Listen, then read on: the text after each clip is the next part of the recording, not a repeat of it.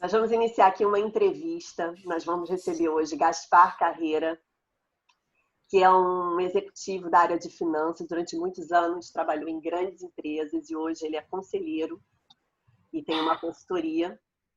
E ele vai falar um pouquinho aí dessa trajetória, dessa mudança aí de carreira, para que ele trazer um pouco para a gente das novidades aí desse novo cenário, né? E dentro dessa temporada da RN Entrevista, a gente está querendo explorar a governança, que é um tema tão importante e que vem sendo desafiado por todas as mudanças enfim, né, as mudanças das transformações de tecnologia, digitais, que impactam a forma das pessoas se relacionarem entre si, com o meio ambiente, enfim, com o mercado de trabalho. E o Gaspar é uma pessoa que tem um conteúdo e uma experiência incrível, né, por anos trabalhando com governança, e hoje atuando como conselheiro, e também é investidor anjo e mentor de startups, então vai ser muito bacana ter esse momento aqui com ele. Obrigada, Gaspar, por você estar aqui com a gente, compartilhando aí coisas que são importantes para o líder do século XXI. Então, queria que você começasse dando aí o teu ponto de vista sobre esse cenário aí, onde os conselhos, a autogestão e os conselhos administrativos, eles precisam buscar novas rotas, né, para criar trajetórias sustentáveis para as empresas nesse cenário aí novo. Legal. Obrigado, Renata. Obrigado, Sandra, pelo convite. É um prazer estar mais uma vez com vocês aqui, falando sobre um tema que me apaixona e eu estou atuando já há alguns anos. Depois de 30 anos no meio corporativo, né, os últimos 10 como executivo na área financeira, eu decidi mudar um pouco a questão da minha carreira. Reavaliei durante quase um ano isso, com profissionais e com amigos. E apesar de já estar atuando há 7 ou 8 anos como conselheiro fiscal, como conselheiro consultivo e como investidor, é sempre bom parar, né, e repensar e reavaliar. E a função, eu acho, na governança do conselheiro é isso, né? É fazer com que a empresa e o gestor tenha tempo não só de olhar a empresa, a gestão, o dia a dia, a execução, mas também para saber para onde ela tem que ir, né? Qual é o seu planejamento, né? Onde eu estou, para onde eu vou e como ir. E muitas empresas acabaram sendo atropeladas por esse momento, né? Você está falando de inovação, muitas empresas começaram a olhar a inovação, a transformação digital, a governança como um modismo que ia passar, e acabou que veio a pandemia no início desse ano e atropelou literalmente as empresas. Elas tiveram que correr atrás para buscar essa inovação, para buscar como se comunicar com a sua equipe, né? A equipe estava em casa, e aí, como é que faz? Estava acostumado numa metodologia tradicional, não é tradicional, né? Todo mundo fisicamente no mesmo ambiente, acabou que foi pego de surpresa. Então, o papel da governança é justamente fazer com que as empresas não sejam pegas de surpresa com momentos como esse. Se você está sempre olhando para frente, se você está sempre buscando o que há de novo, o que pode vir a acontecer, muitas vezes você nem tem visão, mas pode acontecer isso, né? Você começa a olhar muito à frente, estatísticas, pesquisas, e aquilo vai estar, né? Aquilo pode estar vindo de encontro a você, ou no seu setor, ou um setor em paralelo. Então, a governança ajuda a isso, a você fazer com que a empresa flua de forma sustentável e evolutiva, né? Porque muitas empresas são sustentáveis, mas estão paralisadas, né? Fazem sempre o mais do mesmo, vem um setor, vem uma revolução, vem uma outra empresa e acaba com o seu negócio. E assim, a inovação como um tema, né? A inovação ela já vem sendo um dos temas mais abordados nas reuniões de conselho, já em pesquisas, há 2 anos atrás, ela aparecia no 5º lugar. Como é que você acha aí que com esse momento que a gente está, esse tema se tornou mais relevante e menos visto como um custo e mais visto como investimento? Qual é a tua opinião sobre isso? Com certeza. Eu acho que do 5º lugar ela foi para o 1º lugar na pauta, né, nos últimos 6 meses. Mas não só a inovação, né? Eu acho que é muito focado na transformação digital, né? Na digitalização de alguns processos. E aí muito de forma intempestiva, de forma emergencial, para tentar fazer com que as empresas, os negócios conseguissem andar, né? Seja na gestão da equipe, seja na gestão do seu cliente, né? Como é que eu vou vender? Como é que eu vou prestar o serviço? Como é que eu vou entregar isso? E aí foram buscar mecanismos para que isso acontecesse. E aí, ouvindo alguma entrevista, inclusive de grandes bancos, de grandes empresários, eles verificaram que esse momento que os pegou de surpresa é um momento que vai ficar, né? a forma de atuar, seja internamente ou seja externamente, vai ser através da inovação, vai ser através da transformação digital. Só o que não pode acontecer é as empresas acharem que transformação digital e inovação é responsabilidade de um grupo de pessoas, né? Transformação digital e inovação, porque a gente fala de inovação, ela é muito mais disruptiva, né? A transformação digital, em geral, ela é mais melhoria contínua, ela é evolutiva.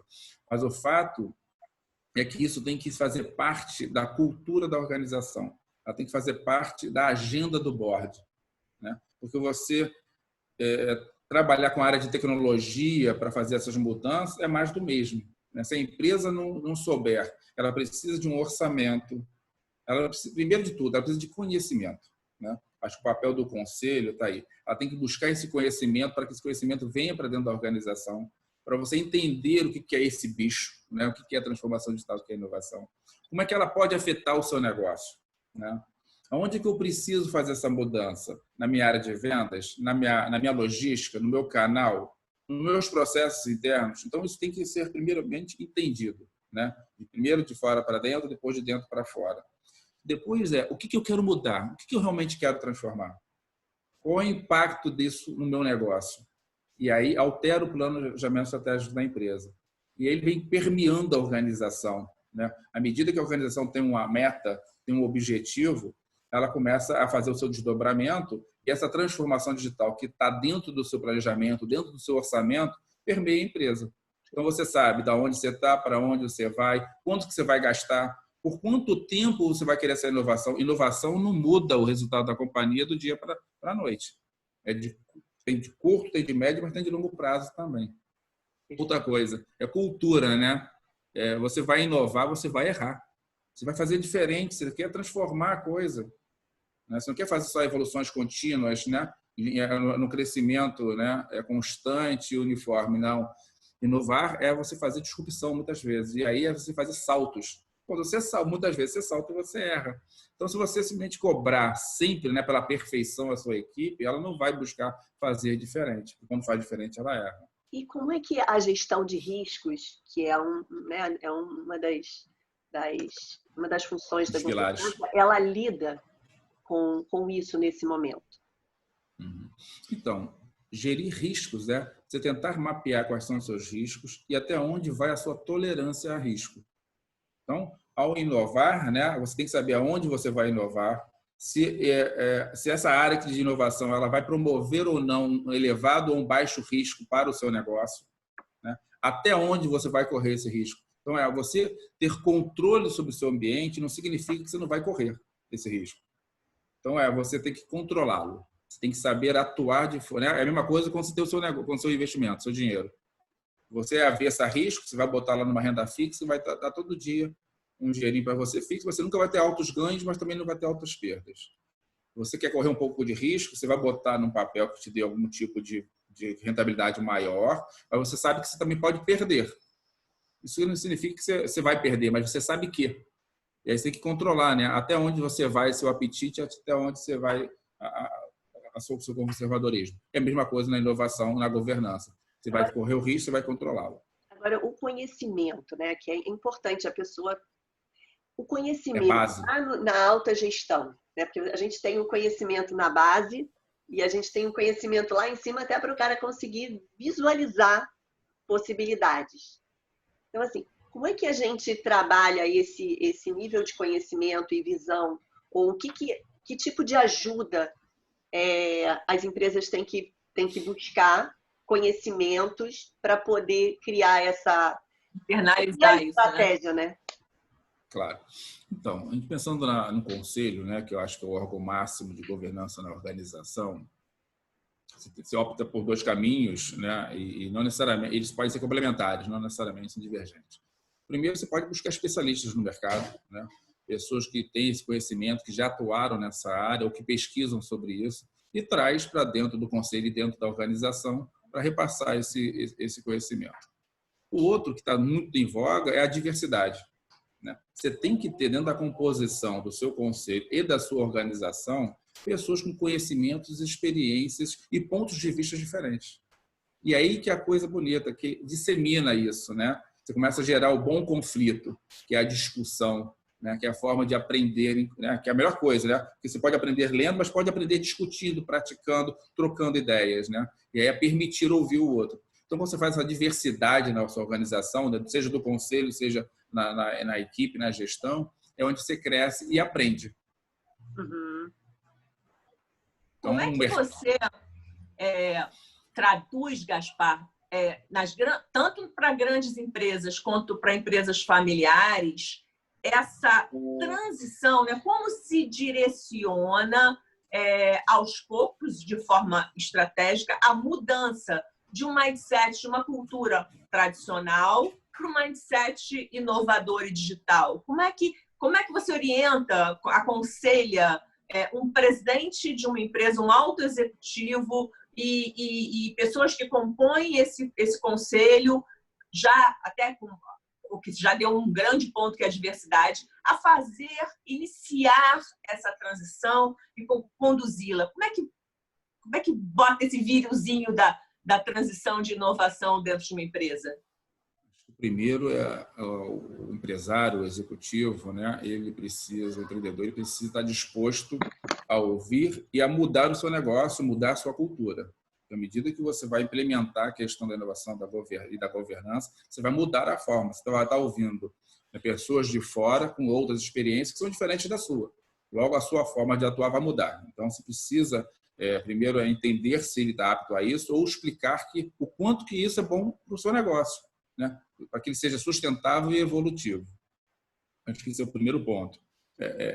A gente fala em algumas áreas assim, cuidar não só da criatura, que é a empresa, mas, né, do criador, né? Ele tem que estar a mudar também. Então, o primeiro passo é esse, diagnosticar, conhecê-lo e mostrar, né, através de exemplo, através do mercado, para onde que a empresa vai.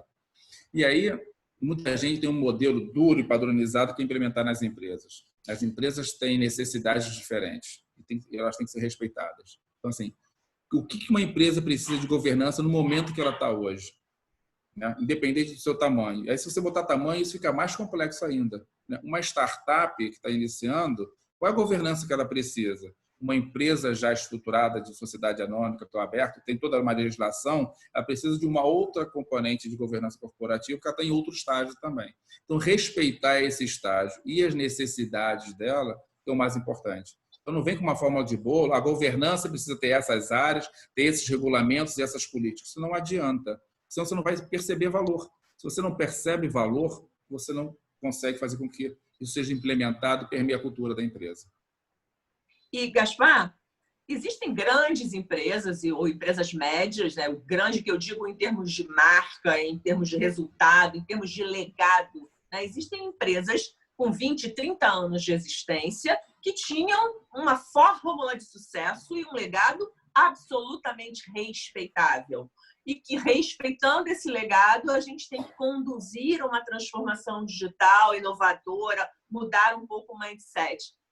Que conselho você dá? Assim, como é que se faz essa empresa tradicional e de sucesso entender e conduzir brilhantemente, acreditando que vai dar certo também de outro jeito? Se abrir, né, Sandra? Como é que porque assim, quando o cara já passou, né? Vamos falar de uma empresa com 30 anos, né? Já se posicionou, construiu e constituiu uma reputação. Passou por N crises, né? E se superou várias vezes. Só que a gente está vivendo um momento que eu chamo de planetário, que exige que todo mundo, de alguma maneira, tem uma ruptura. Acho que é um ponto, né? Um ponto de inflexão que a gente está. E aí, como é que a gente prepara, né? Chega numa empresa com esse discurso e aquilo não assusta, né? Você trabalha para criar esse entendimento, essa aceitação. A primeira coisa, acho que é a aceitação. Eu acho que assusta sempre, não vai ter jeito. A gente tem que tentar minimizar isso. Mas acho que o primeiro passo, que você colocou bem, Sandra, é respeitar o legado. Essa empresa, como você falou, seja de 5, 10, 15, 30 anos, ela está aí por N motivos. Ela tem um caso de sucesso, ela tem uma história que precisa ser respeitada. Ela tem seus pilares, né, seus valores, na sua cultura. Então, isso precisa ser entendido por quem está ajudando a implementar a governança ou a inovação. Porque se você promover uma ruptura, né, sem considerar tudo isso, você não vai ter sucesso. Então, o primeiro ponto é isso, que é respeitar o legado que foi construído, respeitar a organização, respeitar os seus executivos. E o segundo é a palavra que a gente usou no início, que é conhecimento. E aí a forma de se comunicar é muito importante. A clareza, a empatia, a assertividade. Então, é um conjunto, né? Sem querer ter forma de bolo, mas é um conjunto de peças de gestão que você tem que colocar à disposição da organização que vai fazer com que isso mude. Você tem que tentar conseguir, através de cases de sucesso, né, em paralelo, de benchmark de outras empresas, seja nacionais ou internacionais, mostrar como que isso ajudou essas empresas a crescerem. E sempre respeitando, né? Você tem que mostrar que não vai mudar a sua cultura, não vai mudar a sua forma de fazer. A gente vai ajudá-lo a melhorar isso, né? E a transformação cultural, ela com certeza passou nesses 30 anos pela empresa, né? Porque ela vai se mudando com o tempo. O núcleo, a raiz, a espinha dorsal pode ser a mesma, mas vai havendo alterações. A gente tem que mostrar que essas alterações são naturais e, através da governança e da transformação digital, da inovação, a gente vai promover também outras mudanças nessa cultura que são benéficas à companhia. Como mostrar que ela é benéfica? Através de benchmark. Não tem outro jeito. Bacana. Legal. E mostrar o contrário também, né? Aonde você pode não chegar se você não implementar isso. Se você continuar na sua forma de atuar, né, e todo o mercado está atuando de forma diferente, o que vai acontecer? E aí a beleza, eu acho e responsabilidade da governança corporativa, né? Você tem que ajudar a empresa a fazer uma análise, um diagnóstico interno, né, que a gente chama da clássica análise SWOT, né? Onde estão suas fortalezas, suas fraquezas, que isso é importante, muita gente se acha muito bom e não consegue enxergar, tem uma miopia nas suas fraquezas. Você tem que saber onde você não é bom, onde você é ruim. Onde estão as oportunidades internas, onde estão os seus riscos. Uma vez que você olhou internamente para a organização, começou a olhar para o mercado. Como é que está a política? Como é que está a economia? Como é que está a questão ambiental, legal, que te impacta? Como é que está o seu produto vis-à-vis o produto da concorrência? Como é que estão os seus fornecedores e os seus clientes? São peças-chave? São parceiros? Você tem dependência deles? Você tem que fazer uma outro tipo de relação? Então, a governança justamente vai ajudar a abrir os olhos da companhia internamente e externamente, né? Para que ela não fique só na execução, né? Eu sei vender, eu sei produzir, faço isso muito bem. Só que isso não basta para uma organização sobreviver a longo prazo. Não basta para ter sustentabilidade. Através dessa visão, né, mais global, né, seja interna da sua análise, seja do seu mercado, do seu produto, da sua concorrência, faz com que a empresa tenha mais longevidade. Bacana. E assim, você acha que as livrarias, né, viram na Amazon uma concorrente? Não, acharam que era uma plataforma de vendas. Isso aí que aconteceu. Então, esse olhar crítico, né, do que está vindo, que é muito importante e onde a governança ajuda essa mudança. Nesses exemplos, nesse conhecimento, que a gente faz com que as empresas comecem a absorver e valorizar a governança corporativa dentro dos seus negócios. Mas tem que respeitar a sua necessidade, tem que respeitar o seu momento. Você não pode querer que uma empresa pequena tenha um conselho de administração, né, grande, que tenha conselho fiscal, auditoria externa, área de compliance. Não pode, não tem como. Você tem que fazer com que ela passe a exercer esses papéis com os recursos que ela possui. Senão ele só vai ver custo e não vai ver resultado. E como é que a comunicação ela ajuda a criar aí toda uma sensibilização e fazer com que a gente consiga juntar a estratégia com a operação, sabe? Porque assim, eu às vezes assisto empresas com dashboard, com indicadores, mas assim, isso não conversa muito, isso não é muito claro. Isso é um grande problema. Para quem anima e quem alimenta esses indicadores, né? E aí a famosa frase do Peter Drucker, né? Que a cultura come a estratégia no café da manhã, né? Exatamente. Boa. Eu acho assim, Renato, eu acho isso é muito importante. O que acontece nas empresas, muitas vezes? Existe um belo planejamento estratégico, onde o dono da companhia e suas pessoas de confiança conhecem ela, e o resto da organização não. Se a empresa, né, são todos que a compõem, são todos os seus funcionários, né, Mais do que isso, extravasa, estão todos os stakeholders, né? Fornecedor, cliente, governo, sociedade. Né? Se esses stakeholders não conhecem esse plano estratégico, não tem como a empresa caminhar para atingi-lo. Como fazer isso? Né? Como fazer a empresa, mais do que conhecer, a empresa comprar esse plano? É através da comunicação, é através da transparência. E aí existem métodos, né, de você fazer o seu desdobramento. Pegar esse planejamento estratégico e desdobrar em objetivos, em metas, no orçamento para toda a organização. E aí, quando eu falo toda, é toda mesmo, né? Porque muitas vezes a organização para desse planejamento estratégico, esse dobramento de metas, indicadores no nível gerencial. Não, pela minha experiência, eu trabalhei em grandes empresas, ela tem que atingir a todos os níveis da organização. Na minha gestão, na minha área, o estagiário ele tinha meta, ele tinha indicador relacionado com o planejamento estratégico da companhia. E eu, pessoalmente, trimestralmente, juntava toda a minha equipe, e não era pequena, eu já tive mais de 1.000 funcionários, de forma presencial ou não ou virtual, eu mostrava o resultado da organização, da empresa, e linkava com a atividade de toda a equipe, área por área. Porque aí você começa a inserir a sua organização, a sua equipe, dentro desse planejamento estratégico. Ela começa a ver como é que ela contribui. Se você não souber como você contribui para esse planejamento, você não compra a ideia, você não realiza, você sente a partir engajamento e essa reenergização que acontece. Essas reuniões suas, Gaspar, elas eram esperadas ansiosamente pela equipe, que saíam desta reunião super motivadas. Era quase um grito de guerra do que fazer a partir dali, né? Então, esse engajamento, senso de pertencimento, entendimento do porquê está ali, acho que é muito importante, né? Exatamente. A pessoa não pode estar ali só para fazer suas rotinas, né? Ou só para pagar, ou só por o imposto, ou só para vender. De passagem, uma área financeira, operacional, fiscal, contábil, etc., ela é muito rotineira. Isso. E você ter paixão pelo que você faz, por mais agressivo e rotineiro e operacional, né? Porque tinha fiscalização, tinha prazo, cronograma, virada de noite, isso é uma coisa que há que se parabenizar, né? Toda essa energia que circulava era muito positivo. E é por aí mesmo, é engajamento. E, Sandra, está muito a ver com o que a Renata falou, é a questão da comunicação, da empatia. Você tem que falar a linguagem do seu, né, de com quem você está falando, do seu interlocutor. Se você ficar passando uma visão muito, né, estruturada, conceitual, teórica, e que não está falando da linguagem, entendimento do seu interlocutor, você não vai atingir isso. Você não vai ter essa clareza. Uma coisa assim, tem a comunicação da estratégia, e tem também os processos e as ações e os projetos, né, que são desdobramento dessa estratégia, que também precisam ter uma comunicação fluida. Exatamente.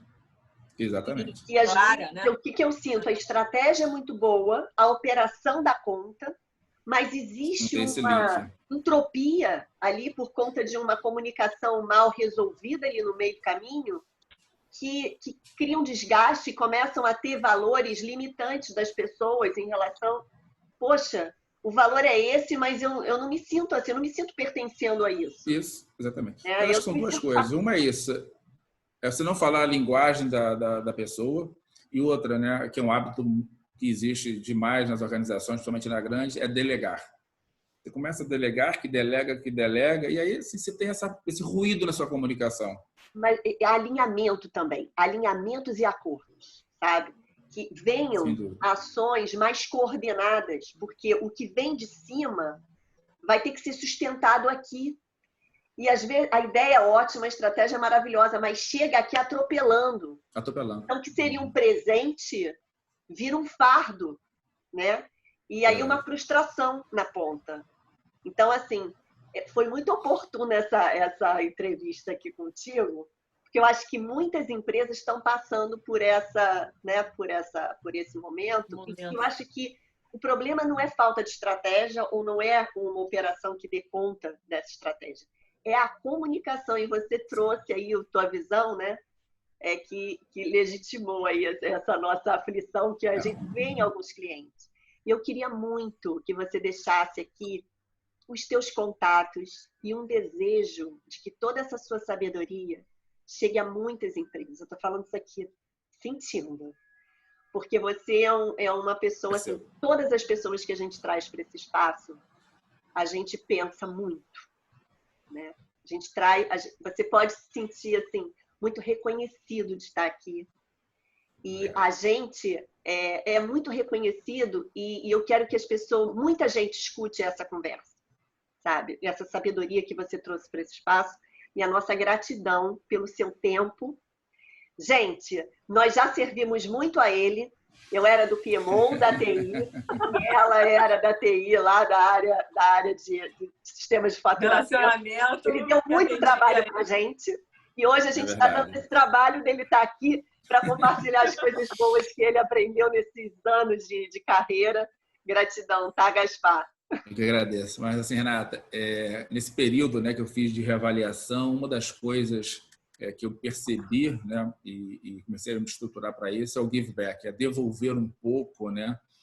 E aí passou a ser um pouco de propósito da minha vida, contribuir com a sociedade, né, contribuir com as empresas. Por isso que hoje eu sou investidor anjo e mentoro esses founders, né, esses grandes futuros empresários, para passar um pouco de experiência, para contribuir com essa sustentabilidade, com esse crescimento.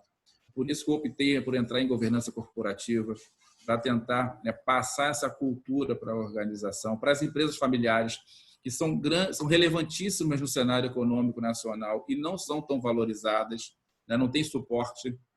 Ontem eu estava no lançamento de um livro de um colega da área de governança corporativa, o Helder de Azevedo, e lançou um livro chamado Empresa de Família, né? Com o objetivo de tentar permear, né, não só as pessoas que estão dentro do ecossistema de governança, mas as pessoas que não estão, os empresários que não estão, mas necessitam e precisam entender com facilidade. Olha a comunicação aí de novo. Você começar a falar um monte de jargões, de palavras técnicas para as pessoas que não o conhecem, você não vai conseguir atingi-las. Então, esse propósito que eu também tenho, de tentar ajudar essas empresas, esses empresários, né, a se desenvolver, a criar essa evolução de forma sustentável e moderna, né, usando tecnologia, usando inovação. Quando a gente bota tecnologia, não é só TI. Tecnologia na comunicação, no método de fazer, de testar, de vender. A tecnologia ela passa e permeia uma série de questões que não é só TI. Isso eu acho que tem que ficar muito claro. Muito Mas acho que o propósito é tudo. E eu acho que o meu propósito hoje é isso. É give back, é compartilhar minha competência. Principalmente através do LinkedIn, né, Gaspar Carreira Júnior. Eu estou construindo o meu site da minha consultoria, mas tem meu e-mail também, que é gaspar@carreirajr, de júnior, né, carreirajr, consultoria.com. Muito simples. Mas vai lá no meu LinkedIn, que tem algumas coisas para ler, algumas matérias, alguns artigos, e vão encontrar com facilidade. Gaspar, muito obrigada. Muito bom. Passa rápido o tempo aqui com vocês. Não é? Muito legal. A gente já está quase na hora aqui. Pois é, exatamente. E muita coisa para falar e para discutir. Eu acho que está muito rico o espaço de vocês. Eu tenho assistido as entrevistas e participado dos demais eventos de vocês. Muito rico. Acho que contribui muito com as pessoas. Espero que cada vez mais sucesso para vocês. Espero que atinja cada vez mais gente, né? Saia de todas as esferas, porque vocês têm muito para contribuir. Tem muitas áreas para a gente atuar e ajudar. Governança, inovação, finanças, vendas, logística, capacitação. Olha, o nosso maior talento aqui não é ensinar, é criar nas pessoas a habilidade de pensar. E estar conectada, muito conectada com pessoas Perfeito. E com áreas e conhecimentos que agregam valor nesse momento aí das lideranças. Então, você aí é um líder de líderes e que veio aqui presentear a gente com a tua presença. Então, gente, se inscreve no canal Renata Nigri, que fica no YouTube, para você assistir essa entrevista e muito mais coisa boa. Se inscreve e aciona um lembrete. Toda semana tem conteúdo novo. Tchau, tchau. Obrigada, gente. Tchau, tchau. Tchau, tchau.